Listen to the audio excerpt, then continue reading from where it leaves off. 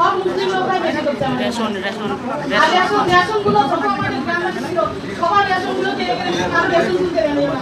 রেশনটা দিতে প্রথম সপ্তাহে রেশন পান না, রেশন আমাদের কেউ পেয়ে দেয়নি। 4 তারিখের পরে যে রেশনগুলো দেওয়া হচ্ছে সেই রেশনগুলো কাউকে ওরা নিতে দেয় নাই। রেশন সব কিনে কিনে নেওয়ার পরে ওইখানে যে আমাদের ওইখানে মুসলিম বাদশা আছে একটা, ওইতে তারপরে হারা, তারপরে ধনে, এরা সবাই রেশনগুলো কিনে কিনে নেয়। আর বলে কি রেশন কেন নিতে আসে, দিদির রেশন কেন তোরা নিবি, নোংরা নোংরা ভাষা প্রয়োগ করছি রেশন কেন নিতে। তারপরে এক মহিলা কাপড় ধরে টাইনে পূজার পরে উলঙ্গ করার পরে ওনার রেশন টেশন সব নিয়ে ওনাকে ওইখানে ফেলে দিয়ে চলে গেছে। হ্যাঁ, তারপর ওরা মুসলিম লোকেই সব করছে এগুলো। মুসলিমরা আমাদের প্রতি অত্যাচার বেশি করছে, আমরা বিক্রি করি, এটাই আমাদের অপরাধ। আর বলে কি তোমার মেয়ে কোথায় আছে, আরো ওকে যেখানে পাবো ওইখানে 15-20 জন মিলে ধর্ষণ করে ফেলে দিয়ে যাবো তোমার বাড়িতে, এরকম করে আমার বাবা মাকে বলছে। তো আমার বুড়ো বাবা, আমার বাবা চলতেই পারে না, হয়তো সেই বাবাকে বলে ওরা যে পাশে করছে ওই পাশে নাচ দিতে চলেছে।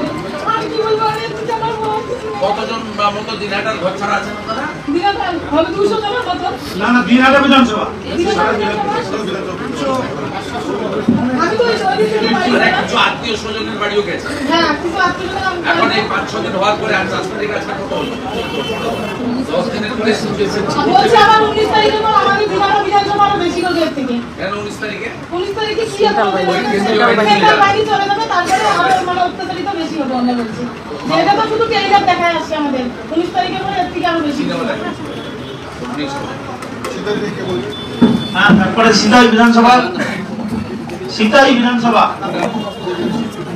সিতাই বিধানসভা, সিতাই বিধানসভা একজন হাত তুলো না।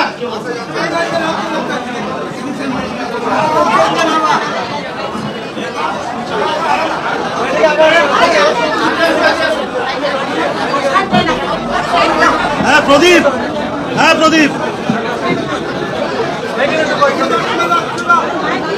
কঠিন অবস্থা।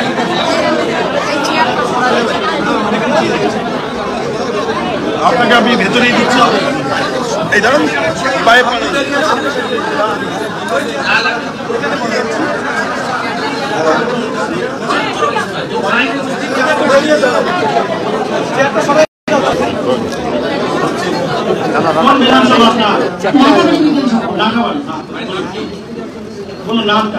আমার নাম চিত্রমালা অধিকারী, আমি মহিলা মোর্চার সভানেত্রী। Mobile number 8670-866-315। প্রথমত আমার বাড়িতে বাড়ি ভাঙচুর করে, টিউবওয়েল, গ্যাস, সিলিন্ডার সবকিছু নিয়ে যায়। তারপরে আমার নতুন ছেলে বিয়ে হচ্ছে, এখন ছেলে হচ্ছে, ছেলেও প্রতিবন্ধী 100%। সামগ্রিক টাকাবাড়ির কথা বলছেন, আপনি তো আক্রান্ত হলেন। সামগ্রিক আমারটা পরে তারপর বলছি। নন্দী চেত্রিয়া কত নম্বর বুথ, ওখানে মানে বাড়ি ঘর সব ভাঙচুর করে মারামারি হচ্ছে। ওখানে সাধারণ মানুষ তারা ঘর থেকে বেরোতে পারে না, তাদেরকে কেচে ভাষা দিচ্ছে। এবার রাস্তা দিয়ে হেঁটে যাচ্ছে সাধারণ মানুষ, শুধু ভোটে সমর্থন করেছিল বলে তাদেরকে মারছে, মাথা ভাড়া দিচ্ছে, 225 বুথের তাণ্ডব করছে। প্রধানের এরিয়া একজন মারাই গেল, অপবিভৎস ভাষায় গালি দেওয়ার পরে ওই বাড়িতে একজন ছিল আমাদের ভারতীয় জনতা পার্টির কর্মী, তার মা মারা গেল। এবার আমার দিক থেকে বলবে আমার সামনে আতঙ্কে মারা গেল। ওরা সন্ধ্যাবেলা গিয়ে এমন ভাবে উঠে দিচ্ছেন, মেনে নিতে পারেনি, ছেলেকে মানুষ করতে পারেনি। তার নাম তো আমি জানি না, ওর ছেলের নাম হচ্ছে শান্তু, 237 নম্বর।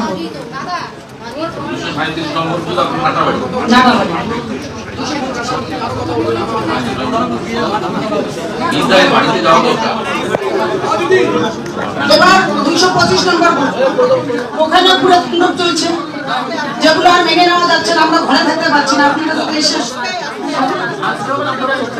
পুরো নাগাবাড়ি বিধানসভা পুরো তাণ্ডব চলছে। আপনারা যদি সামনে না যান তাহলে আমরা থাকতে পারবো না, এটাই কথা।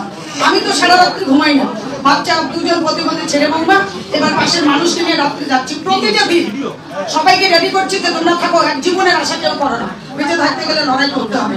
আমি যাই দাদার সঙ্গে কথা বলি, যদি দাদার আশ্বাস দেয় তবেই আমরা থাকতে পারবো, না হলে পারবো না। আপনার নাগাবাড়িতে ধরুন অ্যাপ্রক্স আপনার মন্ডল সহ কতজন ঘর ছাড়া আছে? 200 বেশি। কতগুলো গ্রাম এফেক্টেড?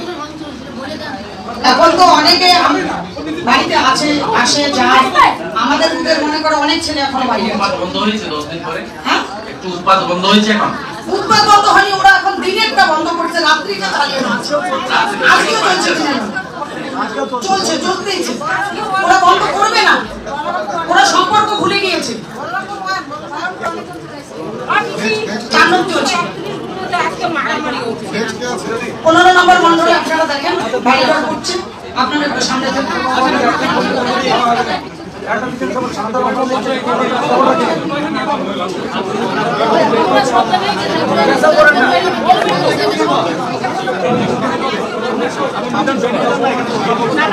নমস্কার, নমস্কার স্যার। আমি প্রাণ কৃষ্ণদেব, নাটাবাড়ি 1 নম্বর মন্ডল। 10 থেকে 12 দিন একদিন ছিল, এখন মাকে আমি সঙ্গে বাড়িতে নিয়ে গেছি।